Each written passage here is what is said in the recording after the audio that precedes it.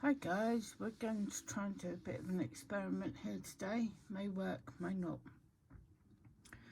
But while looking in all my boxes and bags and things that I've got stashed away nicely, I came across this little jar. I thought it looked familiar, let's have a look. I was actually looking for keyring findings. But in this little jar I have got quite a few of these little, they're called clasp bag purse. Anyway, the idea is this bit will be the top of a coin purse or whatever purse, depending on how long you make the base. And then you can use a key ring to attach it onto whatever you need to. So in my case, I'm in need of something to put my pound coin in. Let me see if I got pound coin on me. Really organised as ever. A pound coin to go in the trolleys or shopping carts, as some of you might call them. I thought if I had one of these attached to my bag, I can forget it when I don't take my bag out. But no, it might be an idea. So I've made something similar many years ago, and this is what I covered in fluff, bits of fluff everywhere. And this is actually what I keep my plastic stitch markers in, so they don't get lost everywhere, in a bigger style. So I thought I'd have a go in the same way I made this up in a smaller form. So I thought cotton would be best to do it in so it doesn't stretch out so much. And I've got a few little bits I've found. I think they're roughly DK weight. That'd be enough if I wanted to finish it off. And I've got some yellow and slightly silver yellow, I think this is. I've got black, but I don't think that would show up nicely. So how I'm going to start this off, I think I'm going to try and use that black purple and see if that's enough. If it's not, then I'll add another colour onto it. How I thought I'd do this was, if I remember how I did it with the last one, is I worked out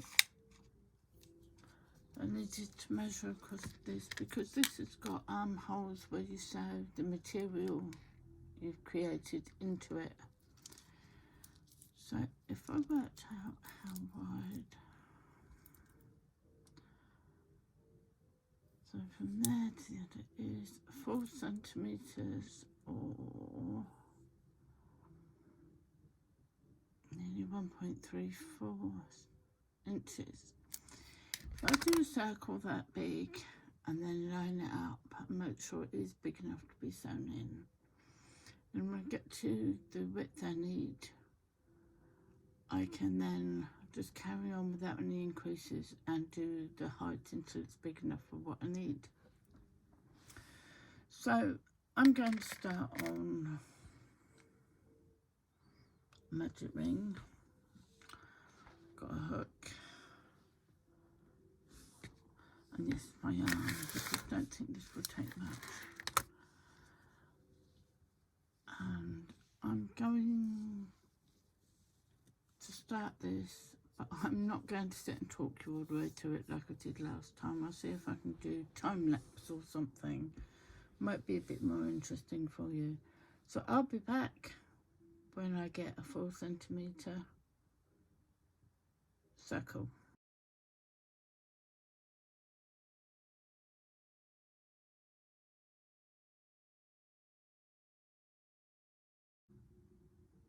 And we're back.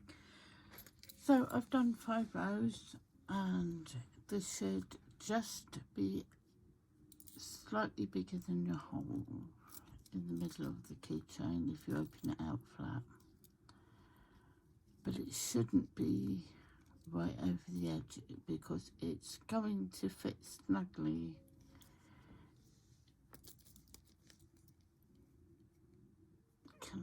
in this bit here, and then just sew it from the side. So I needed 5 rows with what is DK weight cotton, I think, and I used a 3mm hook, so it's a bit sturdy, and of course cotton's not going to stretch out too much. So now all I'm going to do is continue with 5 rows. I'm now up to 30 stitches. Can't math today, never can math, it's not my strong point. So it's 30 stitches. I will just carry on crocheting in single crochet up as far as I want the length of the pouch to go on the keychain. When I've done that, I'll get back to you. Time lapse was not good for me looking through the viewfinder. It just made me dizzy. So for the moment, I'll pause and I'll get back to you when I'm at the height I want on this. It's a few hours later and I'm back with coffee. And I finished my little pouch. And if you hear singing in the background, I'm sorry, that's my son. And that's all I had left out of that little bit of yarn I started with. I've had that bit of yarn for years. I remember when it was first a ball. Oh, I sound old.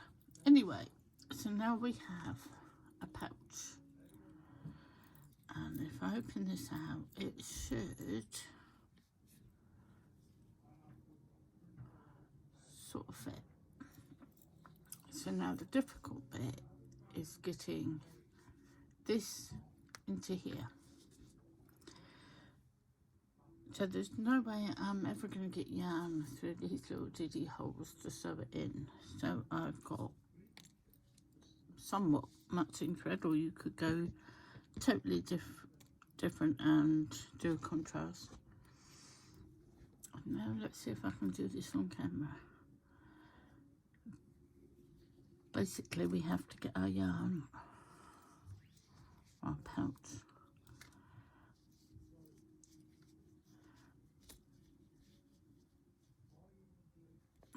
Let's see if I remember what I'm doing.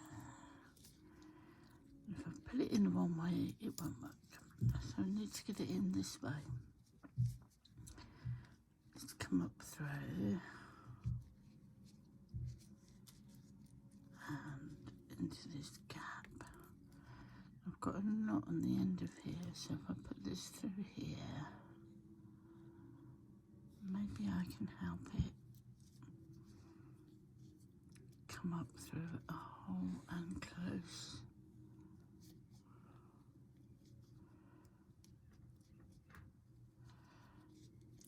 But this bit, no, there we go. There's a lot of teasing and a lot of coercing to get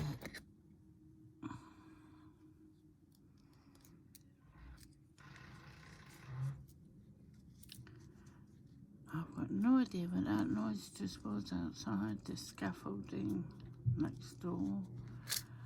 On the other next door, they've not long moved in and they're doing a bit of DIY, understandably. None of which bothers me, it's just, you might wonder what it is. And I'll come back when I get this going. Now, I hope you can see what I'm doing here. I'm having to come up through the flat bit, through the back, and sort of angle it upwards so it comes out the hole, while convincing the fabric of the pouch that it wants to be in there. When you get to the other side, you sort of, well, what I do is I back stitch, go back one, aiming it downwards.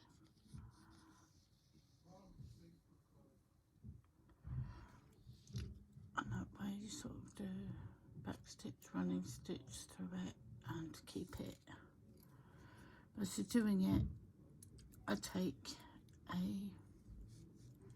it's very hard to do this through here.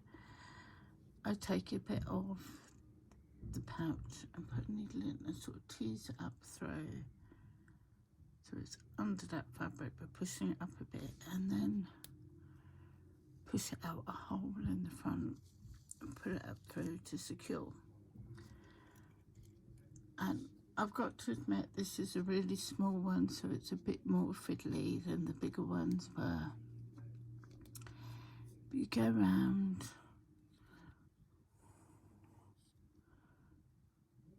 Another tip is, I doubt you can see on camera, but you should be able to see, if you push the fabric up into it, that it's behind the holes, so it will be secure. It doesn't help I got a purple mat. Oh no, that's not up. There we go. And you hold that up. It gets easier near the end, but it is just, it's basically like just talking to a stubborn toddler. You firmly but fairly and slowly convince them that they are going to do what they should be doing, and resistance is futile.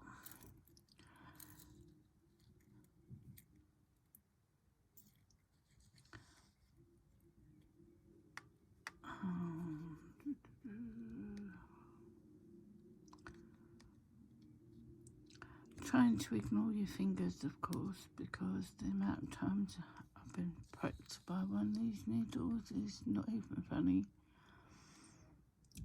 But from the front I go down, and from the back I sort of nudge it up and come out the front and angle upwards. Sorry this light isn't brilliant. I started this afternoon and then went off to do a few things I needed to do. And by the time I chatted with everybody, cooked, eaten, grabbed a cup of coffee and come back up. Light's starting to go down. That's life, isn't it? It keeps you on your toes and busy. I'd rather be busy than bored. So, slowly getting there. Downwards from the front and upwards from the back.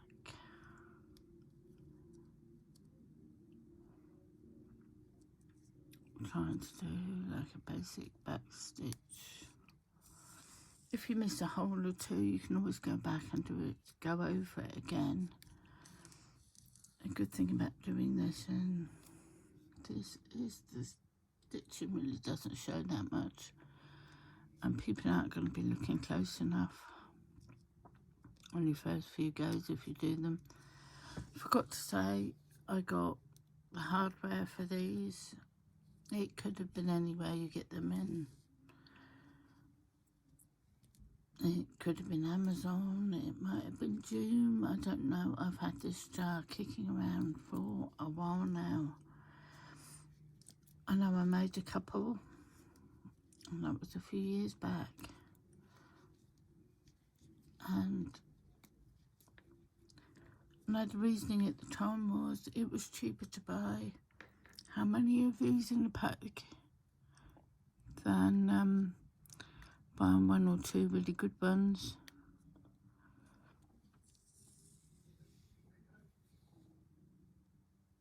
Because they ordered the same job.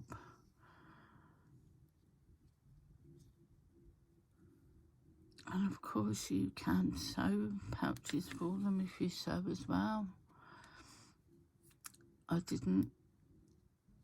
I'm bad enough. I like sewing. I like doing embroidery. I'm not keen on cross stitch. It just takes too long in my mind. And I'm not keen on hand sewing. So doing this puts me off doing what now. I've done one half, it's quite secure. Then you move into the other side And you have to remember that there is going to be a bit that, I'll take it up through that way. It is going to look like there's too much, but you are going to need a little bit for the hingy bit there. A baggy bit. It makes sense when I'm finished. So what I'm going to do is I'm going to sew round this side, just like I sewed the other side, coercing it, and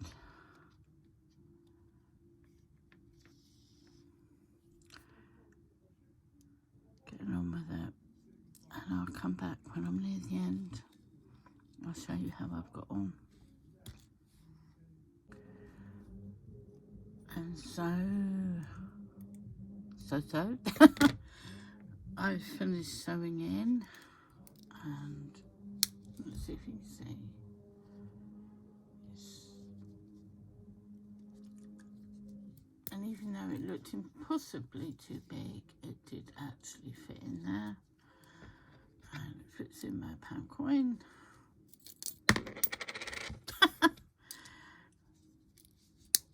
Safely. It can look a bit weird until you find to readjust it to the fabric or crochet item, because it's not sewn in the corners there. I should sew that in a bit better. But anyway, it's a little dangly keyring. You can keep money, a couple of stitch markers in there maybe. And if you took this and carried on knitting so you've got a longer length, you could even fit in there crochet hook, stitch markers,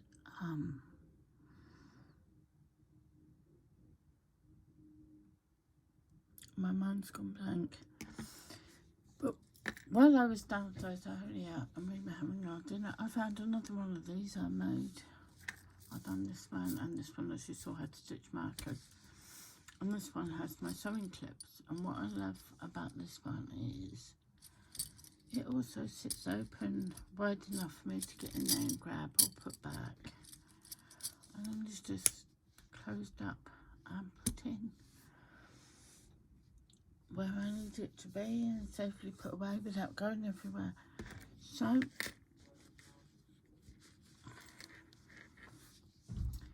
the lovely little makes, a bit fiddly, but thank you for joining me, having some fun. I'm not making this look good at all, am I? But thank you for joining me, having some fun, and using some of the treasures, my long forgotten treasures I had hanging around. And it has been a fun Friday, even if I thought all day it was Saturday. But I'll talk to you soon. Take care. Stay crafty. Bye for now.